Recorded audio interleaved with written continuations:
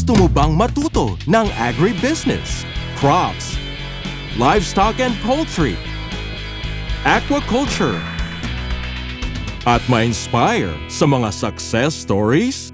Agribusiness, how it works. Our fourth panel discussion highlights high-value crops and orchards. Once again, Miss Melanie Zambrano leads the conversation with pioneers and innovators transforming the landscape of specialty crops. Hello, good afternoon once again. So, right now with me on stage are four gentlemen who will give us great insights into this. I think this is the most exciting spaces in agriculture right now. The high-value crops and orchards. So we'll know the challenges, innovations, because they say that, you know, with this kind of farming, it's very important to have smart choices and fresh thinking. So, do you agree, sirs? Yes. All right. Let's keep the ball rolling. I'd like to introduce to you our panel of gentlemen here. Let me start with Mr. Enrico Batong Bakal, the farmer and owner of Batong Bakal Farms. Magandang hapon sa inyo lahat. Yon. Dito naman po sa aking kaliwa muna is the president of Dendrotonics Corporation, which is engaged into agarwood, Dr. Ephraim Cercado. Hi, good afternoon, everyone. Hi. Yes, thank you, Doc. And now, we have Mr. Kevin Eliscopides, the owner of Bulacan Dragon Fruit Depot. Dragon fruit! Dragon fruit! Magandang araw po sa lahat. Oh, ang taas ng energy. And of course, last but not the least, we have the Chief Operating Officer of Yamang Bukid, Brother George Maria. Magandang hapon po. Good afternoon, ma'am. The former mayor of Tuburan, Cebu. And now, the Chief Executive Officer of Tuburan Coffee, former Mayor Democrito Aljun Diamante. Ayan, good afternoon. So, ayan, let's start this exciting conversation, exciting discussion as we give our first question. Siyempre, gusto po muna nating maintindihan. By the way, before I was given this job, I was particularly told that this topic is one of the most sought after and I think one of the most interesting topics or sector in agriculture. So, kaya po talagang marami. Ito yata yung pinakamaraming panelists on stage. Anyway, so ito po, we'd like to know about high value. So can you define high value crops and when are they considered high value and what is the potential as a farming venture? So can we start with Mayor? Yes po, magandang hapon. Pasensya, medyo na late ng konti. Dahil may importante po, hindi po talaga maiwasan, no? So, you're not late, Mayor. You're just right on time. Galing pa kasi ako ng Cebu. Then medyo may konting problema, pumunta pa ako ng Makati. So, para sa akin po is high value in the sense na yung produkto mo is medyo kakaiba at saka medyo mahal. Kaya yung produkto po namin, Tuburan Coffee po, nag-innovate po kami para maging high value, para maging high quality siya. At saka sa ngayon po, napakinabangan na po at saka yung isa na rin po siya sa tinatawag na one of the Cebu's best at saka isa sa mga growing industry sa Cebu. Kaya importante talaga sa agriculture is kailangan mag-innovate ka para magiging high value. At the same time, marami po ang mapakikinabang hindi lang sa agrikultura kundi po pati sa turismo. Thank you po. Thank you. How about Sir Enrico? High value is a crop which can command a higher revenue per hectare compared to the traditional, traditional crops. Pero as I mentioned kanina dito sa Philippines, lahat ng crops high value. Kasi lahat mahal. Yeah. That's true. Yes, sir. Yes po. So, high value. So, premium. Di ba po? Kami po, so with us is dragon fruits. What I always tell everyone is that we are high value in a way na kami ang masasabi ko na wagyu of the fruit market. So, I mean, I see that we have a lot of customers here. Alam po nila ang market ay kulang na kulang. So, premium talaga. And you get to get higher yield in a smaller area, which is yun din po yung ginagawa namin sa Dragon Fruit Depot. Ngayon, ang ginagawa po namin is in 1 hectare worth of land, nagawa po namin na pagkasyahin ang 5 hectares worth ng halaman. So, intensive farming din.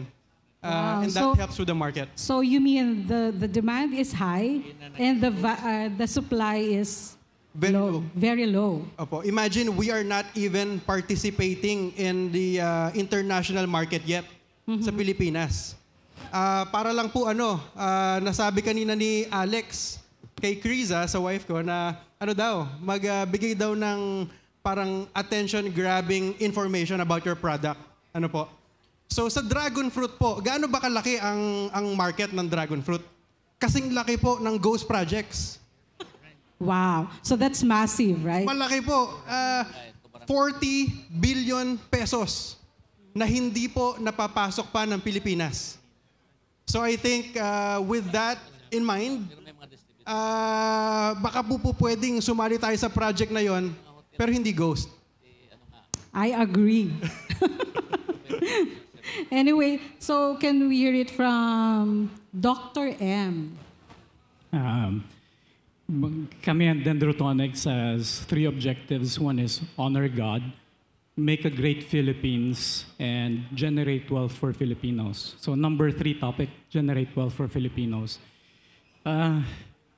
Agarwood is our main product. It's a chance to generate a new generation of so many millionaire Filipinos. That's our 3rd objective. The price for Philippine agarwood in the international market, the smallest retail price, the lowest retail price for Philippine agarwood in the international market is 400,000 pesos kada kilo. So it Wow. goes up. So we understand what the meaning of high-value crop is. Now, the good thing for Filipinos is if you compare Philippine agarwood versus Malaysian, Thailand, Indonesian, ang agarwood pricing nila is only 75 to 150,000 pesos per kilo. Samantalang Philippine agarwood is 400,000 pesos per kilo ang pinakamababa. So it's one of the most expensive raw materials existing on Earth. And again, our 3rd objective is to generate wealth, create as many millionaires from this generation onwards for as many Filipinos as we can. That's our definition. Wow. Dito pala may pag-asang maging milyonaryo. Anyway, before I ask my personal question on becoming a millionaire with the agarwood industry. Let's hear it muna from Brother George. So, what is high value crops po for you? High value crop, nandun po yung demand. Nandun din yung kanyang, aside from the demand, minsan yung supply kulang. And the price is premium. And in the market, people are willing to avail this at a premium price. That makes it a high value crop. Thank you. Wow. And your product, turmeric, is considered a high value crop, right? Ang flagship product po namin, pag makikita nyo sa booth namin is the turmeric 10-in-1, but it's composed of 10 other herbs. Kasama po doon yung Gainura procumbens na medyo mahal din na herb, but it's just a part. And the insulin plant tea po. So yun po yung aming products po sa Yamang Bukid. Okay. So now naman, we move to the next question. And this one is for the former mayor of Tuburan, Cebu, si Sir Aljun Diamante. Sir, can you tell us how big is the market and potential po of local coffee? Yes, malaki po talaga ang potential ng kape. Considering na hindi po na nabubuhay yan sa ibang bansa. And then, ang Pilipinas po is isa po siya sa mga lugar na mag-drive yung coffee. Kaya sa amin po, ang ginagawa ko po doon sa amin, nakapagtanim tayo ng almost 3,000 hectares of coffee, ginagawa ko pong livelihood yan sa mga mahihirap. Then nag-innovate po kami para maging high quality siya. So, ang kape talaga is second nga the most consumed sa buong mundo. Then ang kailangan natin is 100,000 metric tons a year para doon sa ginagamit nating kape. But 30 to 35% lang dyan ang napupudos ng local. So malaki talaga ang potential at saka malaki pa ang kakulangan. Kaya ini-encourage ko yung ibang, kahit sa Cebu, kahit hindi po magandang soil namin, but dahil doon sa innovation na ginagawa natin, na sa ngayon nga is isa po siya sa finalist sa Filipino Vision na ginagawa ng National Economic Development Authority. So yung innovation namin po na maging productive yung soil at saka maging productive yung coffee, so yun ang naging dahilan kung bakit maganda yung kape namin. Kaya hinikayat ko yung lahat ng mga local chief executives ng Cebu na mag-allocate ng 1,000 hectares of coffee. So ibig sabihin, ang isa hektarya po sa minimum 1,500 trees. So mayroon kang, kung 44 towns of Cebu, mayroon kang 66 million trees of coffee. So kung ipagpalagay lang natin, maximum of 10 kilos of cherries in a year, so meron kang 660 million kilos of cherry coffee. So ibig sabihin, kung meron kang 20 to 30,000 pesos, meron kang 13.2 to 19.8 billion na ekonomiya sa buong province of Cebu in the next 80 years. Kung sakasakali na ma-encourage natin. Wow! Parang nahilo po ako dun sa numbers. So, ang galing ng computation mo, Mayor. Yes, at saka hindi lang yun. Ano po natin, ang plantation po natin is ginawa, accredited na po ng ATI, na magiging farm tourism na rin siya. Din tayo ng Tuburan 360 view, makita nyo yan sa YouTube or sa Facebook, na doon din po. So naging tourist spot na rin siya. At saka, ano yan, tinatawag ko nga dyan is 2 birds in 1 stone. Kasi nakatulong kasi environment at the same time kumikita yung tao. So malaki talaga ang potential ng kape. At saka isa pa, nagtayo tayo ng mga coffee shops, yung Tuburan Cafe. So yung value chain nandoon na. So ibig sabihin, lahat nagtatangkilik dyan, pati nga mga hotels. Ngayon yung Shangri-La Cebu is nasa rooms nila. Kung mag-check-in kayo doon, Tuburan Coffee na po ang inilagay nila sa rooms. Wow, congratulations. Pero Mayor, you mentioned about the gano'ng kalaki itong idle land that you converted in Tuburan to be a coffee farm. Yes, ang area po namin kasi is 29,316 hectares and 54 barangays. Mountainous po siya, but ang Robusta kasi hindi siya mapili. Ang Arabica kailangan lang minimum 800 meters above sea level. So, but ang Robusta is kahit sa lowland pwede siya mag-thrive. But ang innovation na ginagawa namin para maging productive siya is naghukay kami ng 2 feet. 2 feet ang diameter, 2 feet ang length niya, ang height niya. So yung 1 foot nilagyan namin ng manure. Tapos pagtanim namin doon sa kape, hindi namin siya binabalik yung hinuhukay kasi walang protein. Yung topsoil ang nilagay namin. Awan ng Diyos, productive naman po. Wow, that's quite interesting. But anyway, before we talk more about coffee, punta muna tayo dito sa katabi ko kay Sir Kevin na napaka-high energy for dragon fruit.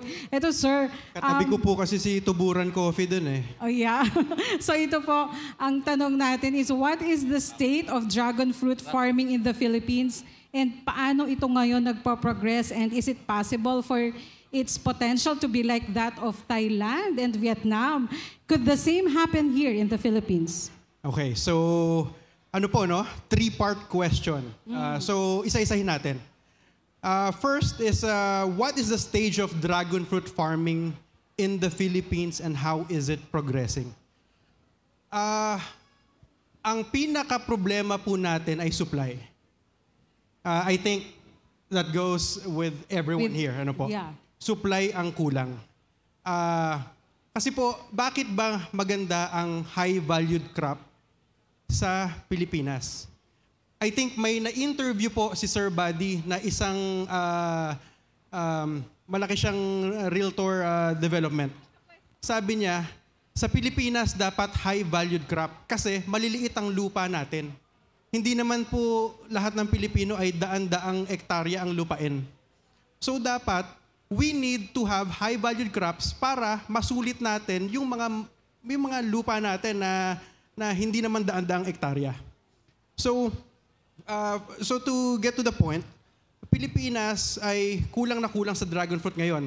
So Dragon Fruit Depot po, we recently secured a contract with SNR. So SNR Philippines, we will be supplying them with all their fruits. Kaya po kung napapansin nyo, baka sumasarap na yung prutas nila dahil po hybrid dragon fruits na ang kanilang binebenta. So what is the demand ng SNR? Sabi sa akin nung kanilang purchasing department, Sir, pwede ba natin kayong umpisahan sa kahit mga 5 to 6 tons a week?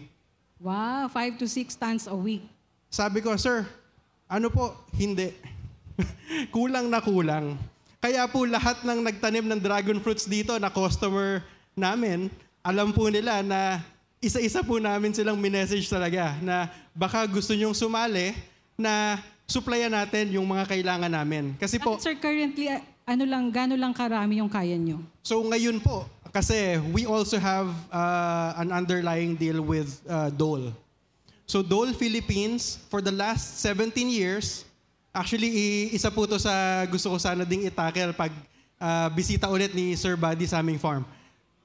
Dole Philippines, they haven't added a new fruit for the last 17 years till today. Nakita po kasi nila na gusto namin pag naglabas ang Dole, quality. So in this case, natikman po nila yung aming mga varieties sa Dragon Fruit Depot. Sabi nila, pwede to. Ito ang magiging panglimang prutas ng Dole. Kasi for now, what they have is what? Banana, pineapple, avocado, and papaya. So panglima po, after 17 years, ngayon pa lang mag-a-add ang Dole ng panibagong prutas. At gusto po nilang umpisahan yon sa Dragon Fruit Depot. Wow, is that for the Philippines alone? That's for the Philippines alone. Kasi po, ayaw pa namin problemahin yung international eh. Yung pong local market pa lang natin, kulang na sa hybrid dragon fruits.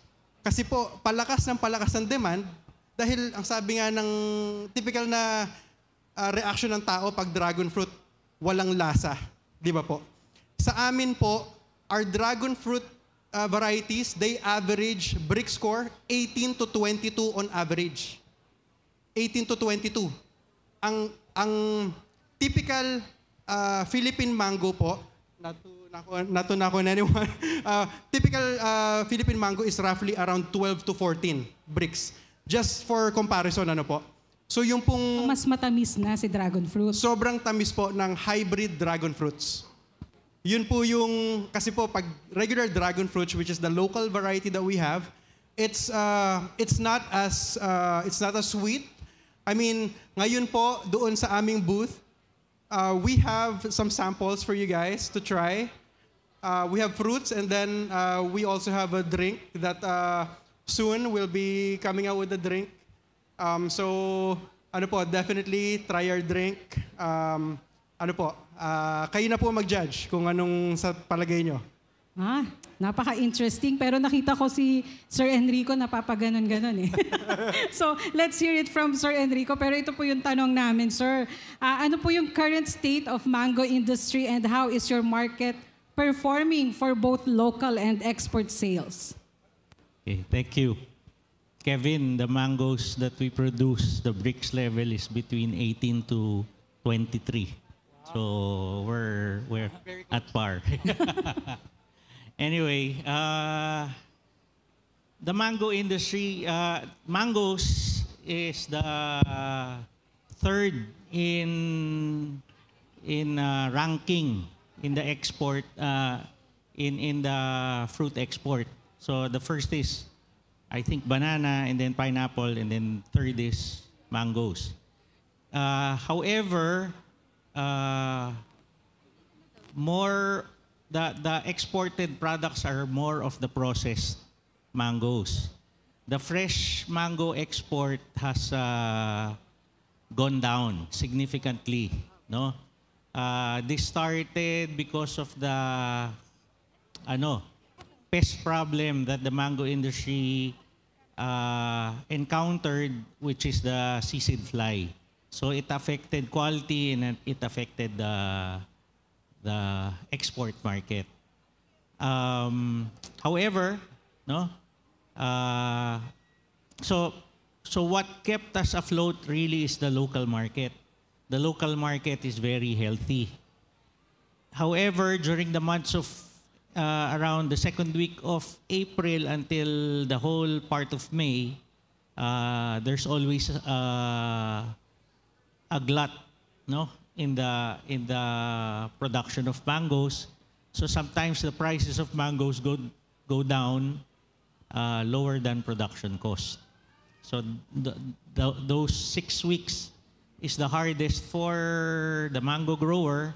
But the problem is 50% of his production falls during that period. So what we're trying to do now is our federation. We have a federation of mango associations. We're trying to revive the export market. No, we're not anymore going for the traditional Japanese and Hong Kong market because of the challenges in supplying those markets. So it will take some time to build up, no? And mostly they're very far away. However, because of the quality of the mangoes of the Philippines, the export markets are willing to pay for the premium price, including the air freight. So it's very exciting, actually. Another thing, 95% of the mango producers are called mango contractors. Mango contractors, they don't own the mango trees. They approach farm owners, and then they offer their services to make their mangoes produce. And then when they harvest, 70% goes to the mango contractor, and then 30% goes to the farm owner. However, the problem is, after that, there's no more post-harvest work. Nobody fertilizes the trees, nobody prunes the trees, nobody keeps the farms clean until the next season. So over time, this practice affected also the productivity of the trees. So in our farm, we do the whole production protocol. We invested in drip irrigation. We put in our fertilizer through the drip system. We invested in machines to do the pruning and to do the spraying.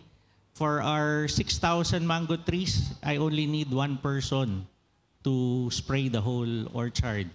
And then what's very nice about what we're doing is we have a production system so that we harvest around 5 to 8 tons of mangoes every day. So this harvest, we pack them in boxes, and then we bring it to different markets. We have dealers who sell for us at the prices that we set. So that's the big advantage. That's why siguro I enjoy my farming, because I realize the value of the hard work that I put in because of that market that we have created. Ayun, So, thank you. You mentioned a while ago that there are highs and lows in terms of market prices. So, would you still say it's still profitable kahit po may mga panahon na bagsak yung presyo ng mangga? Well, we got out of that Cycle. cycle. But for the others, so what we're trying to do is we're gonna cluster. We're gonna pool our production and then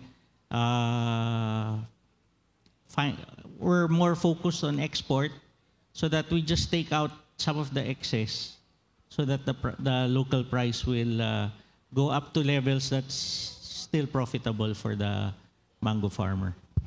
Okay. So that works with the federation, right? Because you have a federation of mango growers and farmers. Yes. Okay. We go now to Dr. M. So si Dr. M, Sir, Doc, can you give us a brief explanation of what agarwood really is and what is its significance in the Philippines as a commodity and as a species for reforestation? Sige. So, agarwood. Okay lang ba gumamit ako ng kaunting mathematics sa explanation? So, I'd like to recognize my partner, si Alfred Vargas. So, we'll use your farm size as a demonstration. This is 1 hectare. If you can remember me saying kanina, di ba, nabanggit ko, ang minimum retail price ng Philippine agarwood sa Arab market is 400,000 pesos per kilo, di ba? Ibig sabihin ng minimum retail price, meron pang mas mataas kesa sa 400,000 pesos per kilo.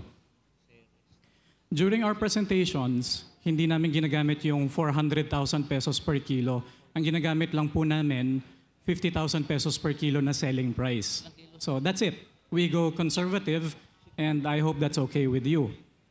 With 1 hectare na 50,000 pesos per kilo na selling price, the 1 hectare after 5 years can produce 40 million pesos. You spend capitalization of 2.2 million and after 5 years, you produce 40 million. This is with agarwood. And traditional technology teaches you to harvest after 7 to 12 years. Putulin mo yung puno, tanim ka ng panibago, antay ka ng 7 to 12 years again para kumita ng pera. Philippine technology, our technology is one of the best in the world. We start producing agarwood as early as 2 to 3 years from planting. And then once you harvest again every year. Now, what is agarwood used for? If you're niisip nyo, no? Insenso po siya. Ginagamit siyang insenso ng mga Arabo and it's very expensive. Now, what is the status of the market? We exported agarwood, the first legal agarwood coming from the Philippines last year. So this is the status of the agarwood market. It's very new. We harvested this year, first legal harvest, including the farm of Alfred Vargas, which is legal. We're about to harvest within the next few months. We exported for the first time in the Middle East. And may kausap kami, buyers, 5 sila, ganito. So, nag-uusap kami, tinanong nila, how much agarwood can you produce from the Philippines? So, counting our market, sabi namin, we're able to produce 25 to 30,000 kilograms by 2028. 2028 pa yon. Alam niyo sagot sa amin? Ang sagot sa amin, that's just good enough for one of us. There's nothing left for everybody else in the room. Ganun po ang demand for agarwood. We were in just one country. There are 57 Arab countries in the world. We cannot supply their demand for the next 30 to 50 years. So you know the price, you understand the value. It is very crucial in their culture and the demand is very high. Even if you go times 10, yung mga tao dito, and you go into this business, we can never supply the demand for the next 30 to 5 years. That's how big it is. Just a disclaimer, just so you understand, our company prioritizes biodiversity. We don't just plant agarwood. So we're looking to partner. Ginger, which is harvestable in 8 months, is good intercrop. And so is dragon fruit, which is their technology is harvestable in 10 to 12 months. And so is coffee. So we prioritize biodiversity because, again, the objectives of our company is to honor God, build a great Philippines. This is like oil for the Philippines. We want to be the biggest provider of agarwood for the whole world. That's what we want to be. And of course, in the process, generate as many millionaires from the Filipinos as we can. Yan. Wow, Doc M. I'm sure marami dito sa venue na talagang napatigil for a while kasi we're talking about million peso opportunity dito sa Agarwood. Para po dun sa mga nagkaka-interest ngayon, paano po ba mag-venture or mag-start into Agarwood farming? Ano yung requirements sa land area and ano yung investment po that is required? Oh, I have to revert to the regulatory agencies. Ang requirements po nila sa atin is yung lupa mo, mapapatunayan mo na ikaw yung may-ari. So ideally, titulado yung lupa. And reliable workers, minimum size para makapasok ka sa export business should be 1 hectare. Unfortunately, at this stage, within the next 10 to 15 years, hindi pa siya kayang pasukin ng small-scale or backyard farmers. Not yet. They have to wait until we develop the industry and before the small-scale farmers can come in. Sa ngayon, we do aggregation. So we compile a lot of plantation partners. Okay, really very interesting. But before we go to the floor, I'd like to ask muna si Brother George. So, Brother George, how is the processing of health products naman using turmeric, ginger, and other herbal plants as a business and ano po ang potential niyan? Sa amin naman po sa ginger, turmeric, and other herbal processing, going back lang, a little background, our humble beginning 10 years ago, we started only producing around 5 to 10 kilos a day powder in our kitchen in Baguio City. Then we were the ones buying in the market, cooking it, selling it in the market, till nagkaroon ng patronage sa mga clients namin hanggang dahan-dahan nakapag-expand kami sa mga malls and mga pharmacies. Ngayon, for the potential of this, ngayon we are available in all SM supermarkets and Mercury drugstores and other pharmacies and supermarkets in the Philippines. Marami ding mga foreign market na nag-i-engage sa amin. But kami sa Yamang Bukid is not yet ready. Sobrang laki. Bakit malaki ang market? Bigyan ko ng idea. Sa Pilipinas lang, there are, according to, isang product namin is insulin plant tea.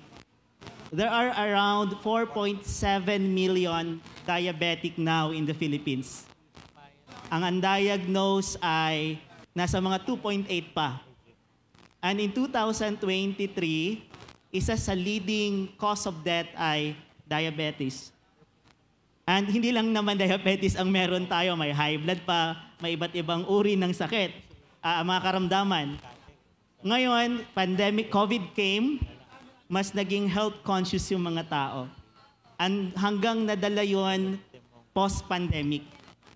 And hindi lang yung medyo nasa age ng 40 plus, kundi pati na yung 29 to 59 years old ay tumatangkilik na sa lifestyle and mga healthy products. So ganun po kalaki ang kanyang potential sa market. What we do in Yamang Bukid ngayon is, after namin na-build yung market, I went into farming in Palawan and in other provinces para mai-channel din sa mga farmers, lalo na sa mga indigenous peoples community, yung production na natutulungan sila, nararamdaman din nila yung pag-angat ng buhay by purchasing their raw materials at a very reasonable price. So yun po, ngayon napakalaki ng potential, marami ding lumalabas sa market. Maganda siyang time na pag-aralan at i-engage din po. Thank you so much. Thank you so much, Brother George. I'm sure marami pa pong gustong magtanong, but it's very unfortunate na wala na po tayong oras. But I hope that we've learned a lot from this panel this afternoon. Na-appreciate natin yung mga millions of pesos potential ng high-value crops and orchards. So thank you very much. Thank you, gentlemen. Thank you. Let's recognize the panelists from our high-value crops and orchard discussion with a plaque of appreciation. A big round of applause to honor their work and contribution.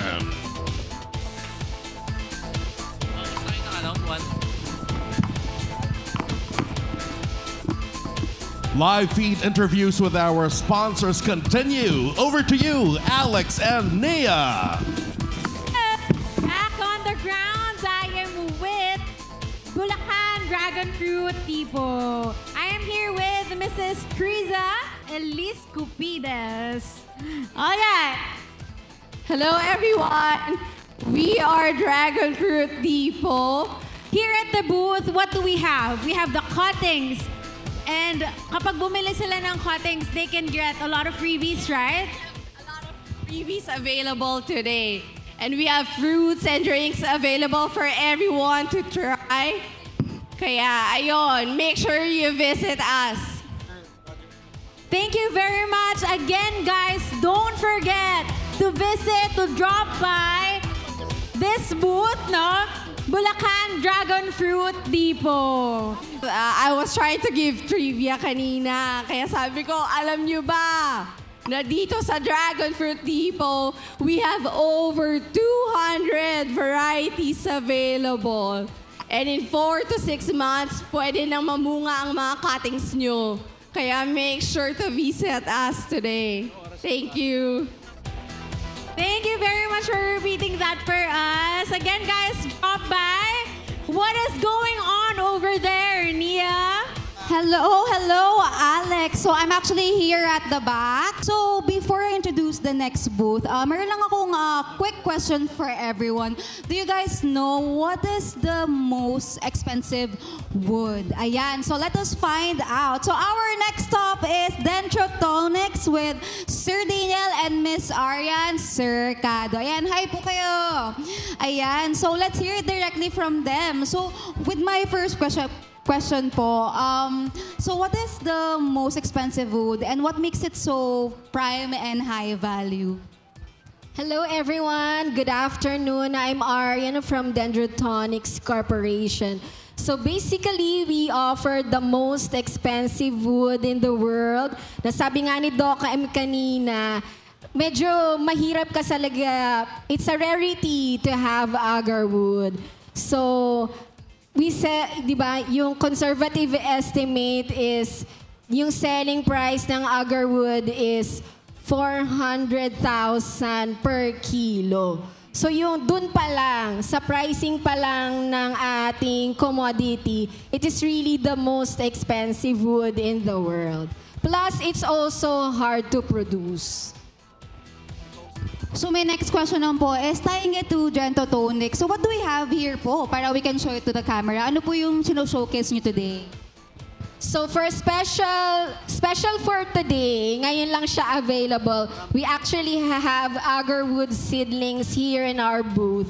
So you can buy them here. So mag-visit lang po kayo dito sa booth namin. So one seedling is only 600 pesos. Wow. Alright po, so next kanina po kasi na-curious kami dito sa tarp nyo na parang merong cherry blossom. Yan, parang nasa Japan. So what is this po? Can you tell us more about it? Yes. So aside from agarwood, we also offer timber plantations and Philippine flower parks. So isa sa pinakamagandang flowering trees ng Pilipinas ay tinatawag natin na malabulak.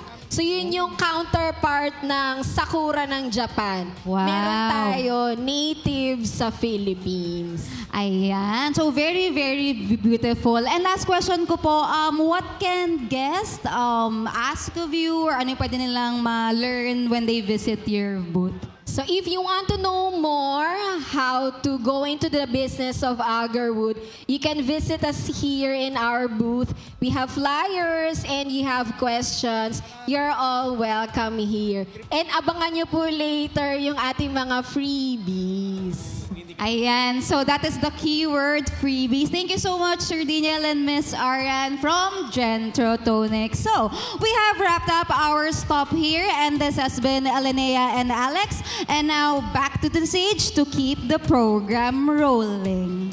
Agribusiness merch is now available on Shopee and Lazada. Agribusiness, how it works. Instruct, inspire, succeed.